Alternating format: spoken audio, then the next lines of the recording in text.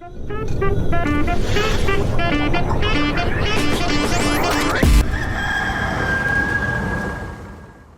pessoal, está no ar mais um episódio do Fala Aí Publicitário, o podcast do curso de Publicidade da Unimar, com apoio do FarmLab. Eu sou Ana Helena Jimenez. Eu sou a Cláudia Jardim e hoje a gente vai falar um pouquinho da tecnologia no campo, no Agro 4.0. A gente saiu aqui da sala de aula para conhecer um pouquinho do FarmLab aqui na Unimar.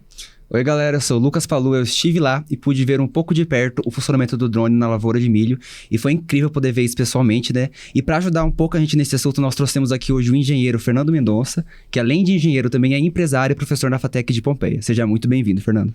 Muito obrigado pelo convite, fico muito contente de estar aqui e espero que eu consiga ajudar vocês aí a entender um pouquinho mais desse assunto que é tão fascinante, né? Vai, com certeza. E eu queria começar no básico, Fernando. O drone, hoje, ele é somente uma moda do momento, um hype, ou ele veio para ficar e já é uma necessidade? Bom, vamos lá. Acho que a primeira coisa que a gente precisa entender é o que é um drone, né? É o básico para a gente conseguir, a partir disso, desenvolver.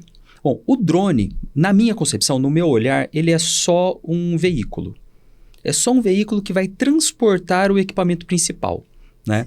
Se a gente pensar num drone de imagens, por exemplo, eu não estou muito preocupado com a aeronave em si. Eu estou preocupado com o sensor que ela carrega, com a câmera que ela está levando lá. Então, esse sensor ele pode ser uma câmera RGB, ele pode ser uma câmera multispectral, ele pode ser um sensor vetorial, como um LiDAR, por exemplo, né? Que ele gera um outro tipo de produto. E ele pode ser também transportar, né, um bico pulverizador. Né? Existem drones aí para diversas aplicações, né? Tem drone bombeiro. Não sei se vocês já viram isso, né? Para combate a incêndio em grandes altitudes. Tem drone de resgate, né? Que literalmente tem a capacidade de erguer uma pessoa. Né? Então, o drone em si, ele é só um veículo, né? Então, conforme a tecnologia ela foi se aprimorando, a gente conseguiu colocar mais aplicações, né, nessa aeronave e a gente consegue cada vez mais desenvolver necessidades para ela, né? Atender necessidades com ela. Então, falar que o drone veio para ficar é inevitável, né? Sim. Ele já tem muitas tecnologias que trabalham, né? Que utilizam aeronaves não tripuladas, né? Que é mais ou menos o nome técnico, né? Do drone, aeronaves não tripuladas, que a gente consegue desempenhar N funções, né? Desde de imagens de fotojornalismo, né? Até pulverização, combate a incêndio, higienização de fachadas, enfim. O drone, ele tá aí, né? E acho que a nossa função é descobrir aonde que a gente quer aplicar ele, né? O que a gente quer fazer. Além você falou de diversas funções, né, que o drone tem, ele já, em lavouras, em fazendas grandes, ele já pode fazer o trabalho pesado de máquinas, por exemplo? Sim. Nós temos alguns drones, algumas aeronaves que têm a capacidade de carga de até 100 quilos, né? Que é o caso do DJI T100, se eu não me engano. E ele consegue fazer pulverização, né, tanto de defensivo quanto de fertilizantes. E ele tem um dispersor de produtos sólidos granulados. Então, tem uma aplicação que eu achei fantástica, né? Que é para semeadura de arroz em alagados. Nossa. O trator não entra, né? Em lugares alagados. Sim. Então, você utiliza o drone, uma aeronave, que vai transportar uma semeadora, que vai fazer por dispersão esse plantio do arroz em alagados. Sim. Né? Então, sim, substitui máquinas pesadas. Em alguns casos, né? Que legal. Sim. Em alguns casos. Legal. Bom, vamos falar um pouquinho agora sobre a linguagem um pouquinho mais leiga, para quem não entende muito bem do campo, não entende muito bem de drone, tecnologia principalmente, né? Eu vi que em algumas lavouras tem uns drones que eles conseguem analisar antes mesmo de dar algum problema, né, na plantação. Isso evita muitos custos, né, digamos assim, muito problema. para quem é dono ali, né? E onde que entra esse drone para ele evitar esses custos, evitar esses danos à plantação? Bom, vamos lá. O drone, ele não tem capacidade de prever nada. Né? Então, eu acho que esse é um ponto muito, muito importante que a gente tem que deixar, é que pra quem deixar leigo, claro. Isso. O que a gente consegue fazer de antecipação? Nas lavouras, quando a gente trabalha, existe a lavoura principal, a cultura principal, e existem pragas. Né? E as pragas, normalmente, elas começam em focos pequenos e vão se alastrando. Né? Utilizando o sensor de imageamento transportado por um drone, você consegue detectar pequenas início das pragas, né? Como, por exemplo, na cana, mucuna, né? A praga mucuna na cana. O primeiro foco, você já consegue detectar ele, dependendo de quanto em quanto tempo você faz esse sobrevoo. Né? Você faz se você consegue pegar ele no começo e você consegue depois, com um drone de pulverização, fazer uma aplicação localizada naquele local. Então, olha lá, você acaba gastando um pouquinho mais de recurso na hora de pegar essa informação, na hora de levantar essa informação, só que na hora de você combater o problema, a praga, você vai só nela. Então, imagina que você tem um talhão lá de 100 hectares, se você falar, tem um mucuna, vou pulverizar tradicional, você vai pulverizar tudo. Não. Opa, tenho um foco de mucuna. Vou lá, mapeio, determino qual é o local que está aquela praga e mando o drone especificamente naquele local para pulverizar só onde está a praga. Evitando alastramento, né? Eu acho que, inclusive, isso já responde a nossa próxima pergunta, que a gente queria saber, como você tem experiência com o uso de drone, se alguma vez o drone já salvou, você usando o drone, você pensou, isso aqui está economizando muito dinheiro usando o drone. Essa é uma dos pontos onde a gente consegue economizar dinheiro com o drone, né? Sim. Só que quando a gente fala em substituir, né, ou adotar o drone em detrimento do trator, por exemplo, da máquina com rodados, a gente tem outros benefícios, né? A máquina agrícola em contato com o solo causa um dos efeitos que são muito prejudiciais para a lavoura, que é a compactação do solo. Sim. Já o drone não faz isso, né? Outra coisa que a máquina agrícola faz também é o amassamento da lavoura. Aonde ela passa ali, ela vai amassar a planta, né? E isso daí, existem algumas culturas que chega a 5% de perda de produtividade por conta de amassamento. Vocês sabem, a largura da roda de um pneu, né? Da roda de um trator. E conforme ele vai passando, ele vai matando planta. Né? Tanto é que hoje a gente utiliza muito o controle de tráfego para o trator sempre passar no mesmo lugar. Então, só vai compactar aquele lugar. Né? Mas compacta. Já com drone, não. Com drone, a gente não tem contato físico do equipamento com o solo, então não tem nem amassamento, nem compactação de solo. Sim. Então, são essas frentes aí que a gente consegue ter maior produtividade utilizando essa tecnologia. Incrível. Legal. E agora falando de dinheiro, Fernando, o drone ainda é muito caro para o produtor ter hoje em dia? Aí eu te devolvo a pergunta, o que é caro? Sim. O que é caro? O barato sai caro. Então, eu não consigo olhar para investimentos com o seu... Aí agora o meu lado empresário falando um pouquinho, né? Eu não consigo olhar para um investimento no seu valor absoluto, de quanto de capital eu vou ter que colocar ali. Eu tenho que ver quanto que aquele capital vai me trazer de retorno. Né? Então, se eu falo para você um número, 300 mil reais, é muito dinheiro? Um pouquinho. Depende, se você está falando aí de uma cultura que o ciclo dela te custa 8 milhões. É verdade. Né? Então, acaba ficando muito relativo. Né? Se você pega uma operação de drone hoje, as pessoas se esquecem muito, né, do que não é só o drone. Uma operação de drone hoje, ela envolve diversos equipamentos. Né? Vamos lá, só o drone em si, né, para começo de conversa, ele não vem nem bateria junto. Você compra o drone e compra as baterias separadas. Caramba. Cada bateria de um... Posso estar desatualizado, mas a última vez que eu vi era entre 25 e 30 mil reais cada bateria. Então, você não consegue trabalhar com uma única bateria. Você precisa de um conjunto de 3 baterias. Porque uma voa, uma carrega e outra na espera. Senão, você não faz ciclo de produtividade. Você não consegue produzir durante o trabalho, né? Fora isso, você tem que ter um misturador de cauda. Então, é o drone, bateria, misturador. Tudo isso precisa ser transportado. Aí, você precisa de um veículo que se adeque a isso, né? Aí depois, essas baterias precisam ser carregadas. Você precisa de um gerador.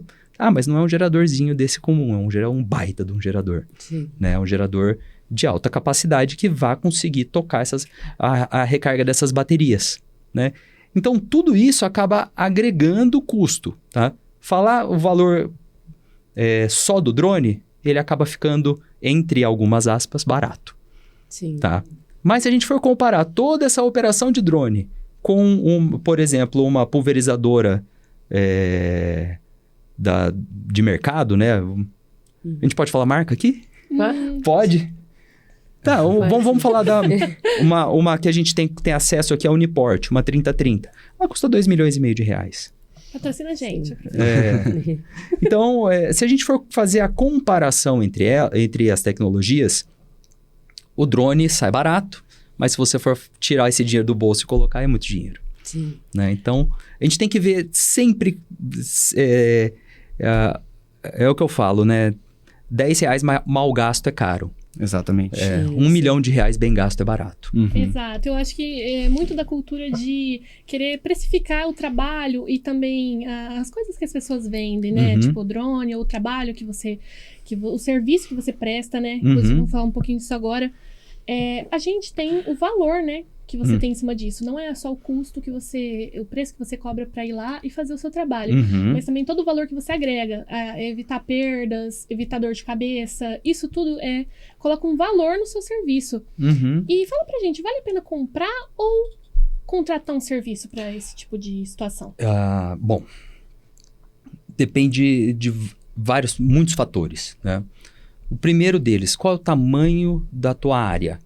Né? Eu tenho uma área lá de 10 hectares. Pô, existem muitos produtores de 10 hectares, de 5 hectares, de 15 hectares. Vale a pena para ele mobilizar todo esse capital para montar uma operação de drone? Toda uma equipe, né? Treinamento. Aí você vai precisar de um piloto, você vai precisar de um auxiliar, você vai precisar de todas as licenças legais para isso, você precisa de um agrônomo para fazer o receituário. Enfim, você tem uma série de despesas, né, e de custos operacionais inerentes a isso. Sim. Agora, você tem uma propriedade aí de 100, 200, 300 hectares. É muito mais vantajoso você adquirir o equipamento e montar a equipe. É importante pontuar, porque as pessoas acham que é só ir lá comprar um dronezinho e vou dirigir aqui na plantação. Não é. E eu falo para vocês, eu operei durante bastante tempo já drone de pulverização.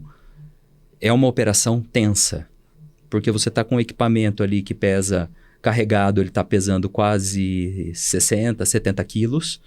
Né? Você tem 8 motores girando a mais de 3.000 RPM. Hélices de 1,10 m de envergadura, voando a 3,5 metros do solo. Tem seguro para drone? Tem, mas custa 20% do investimento. A cada 5 anos você paga ele de novo só de seguro. Aí fica difícil. E como a gente falou no início, a gente teve a oportunidade de estar no último evento da Farmlab, né? Vendo os drones funcionando pessoalmente. E um dos palestrantes deu um dado muito expressivo pra gente. Ele falou que das 5 milhões de propriedades rurais no Brasil, apenas 20% delas estão usando alguma tecnologia ligada ao Agro 4.0. A gente queria saber se o que causa essa diferença... Eu precisaria ver um pouquinho mais a fundo esses dados. Né? Você falou 20%, são 5 milhões de propriedades. Rurais, isso. Tá. 5 milhões de propriedades rurais, 20% utilizam alguma tecnologia. Mas esses 20% representa quanto em área? Né? Eu não posso comparar uma propriedade em Sorriso, aqui no Mato Grosso, que tem lá 100 mil hectares, comparar com uma chácara que produz hortaliça aqui em Veracruz. Entendo. Sim. Então, às vezes, esses 20% corresponde a uma área muito expressiva. Com certeza. Entendi. Eu acredito que sim, porque as grandes propriedades rurais hoje que são chamados, né, o agronegócio, o agrobusiness, o negócio pesado mesmo, não sobrevive sem tecnologia. Não sobrevive porque uma fazenda hoje ela é uma indústria a céu aberto. Ela tem processos, ela tem administração, ela tem mão de obra, ela tem todo um enredo em volta daquilo que a fazenda é um CNPJ, ela é uma empresa, ela é uma indústria. Então, como você vê uma indústria de alimentos, por exemplo, que é o que a gente tem muito aqui na nossa região, trabalhando sem nenhuma tecnologia? De jeito nenhum. Não, né? Mas você vê alguém que tem um negocinho familiar que produz, por exemplo, docinhos, né? Queijinho Minas, que faz de forma artesanal. Sim. Tem todo o seu valor também, é óbvio. Faz parte da nossa economia, faz parte do nosso dia a dia. Mas aquele mercado, ele admite trabalhar sem tecnologia. Agora, o agronegócio em si, ele não admite. Ele não admite erros, ele não admite... Ele não admite demora na tomada de decisão. E você só consegue tomar decisão se você tem informação. E a informação só vem com a tecnologia. Exatamente. Muito bem. É algo bem necessário. Exato. E para quem está assistindo de casa e se interessou por esse meio do agro e dos drones no agro, né? Que é tão amplo, igual você comentou, e pensou em trabalhar com isso, tem espaço no mercado de trabalho?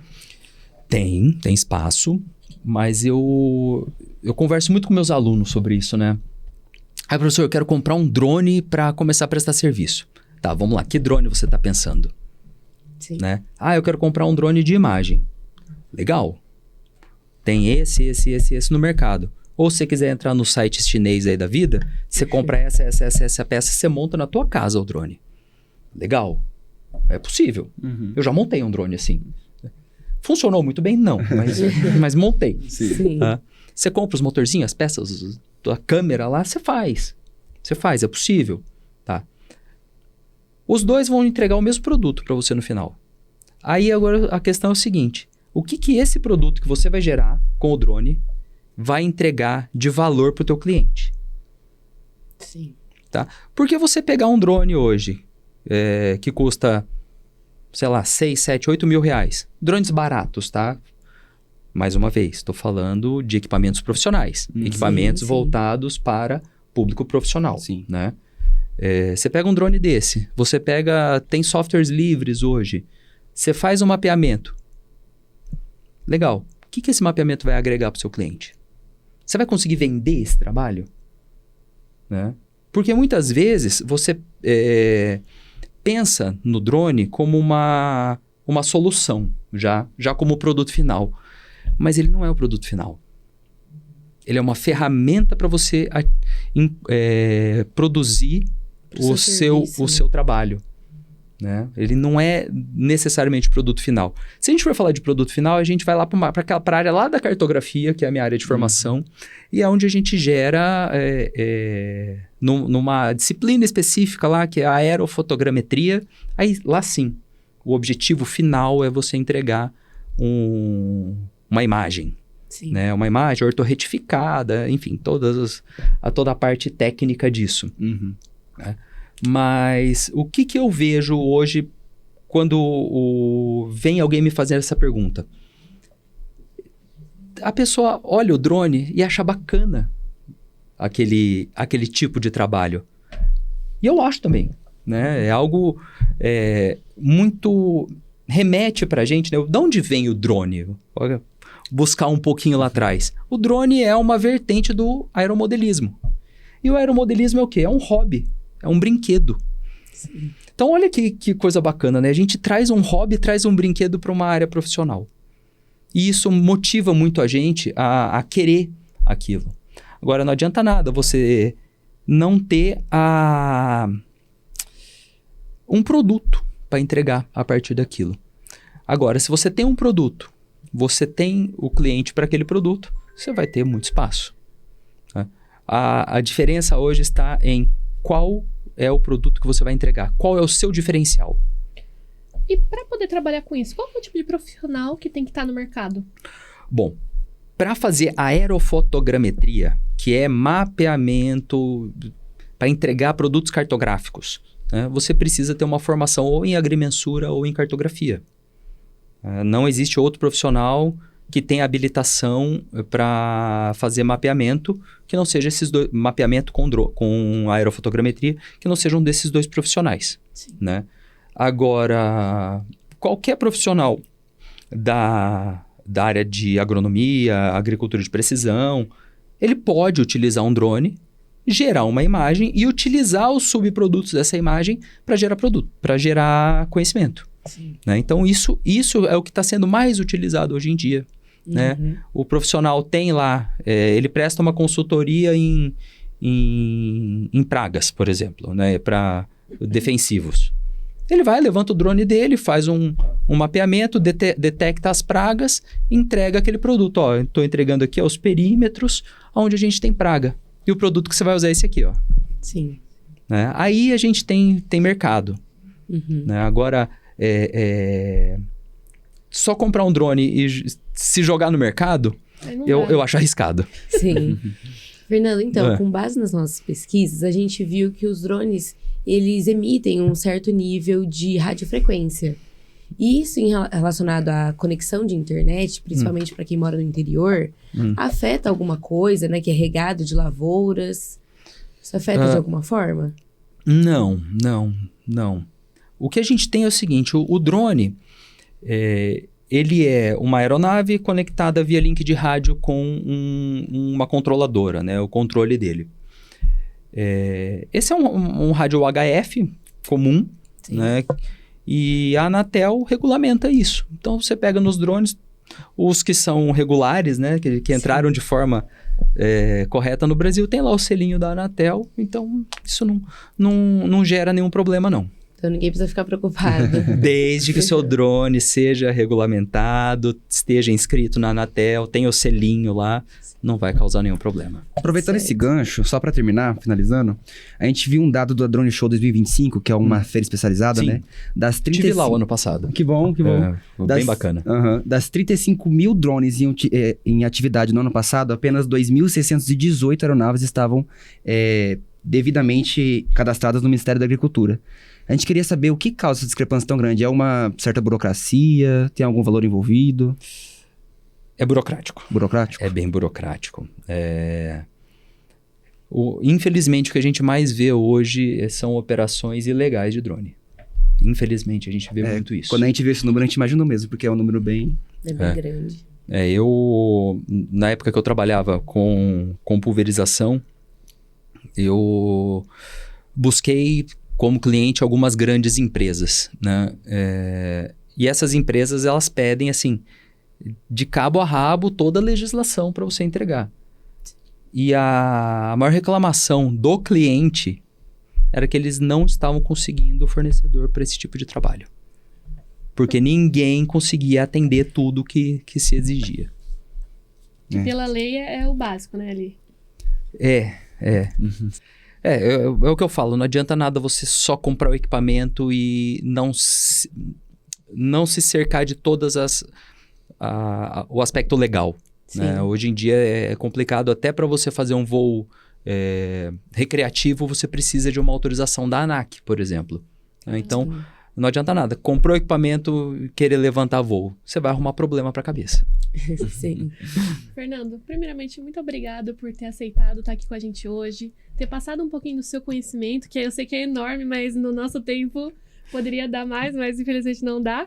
Mas eu queria muito agradecer a sua presença e também tudo que você passou pra gente de conhecimento e que hoje o drone é de extrema importância, né?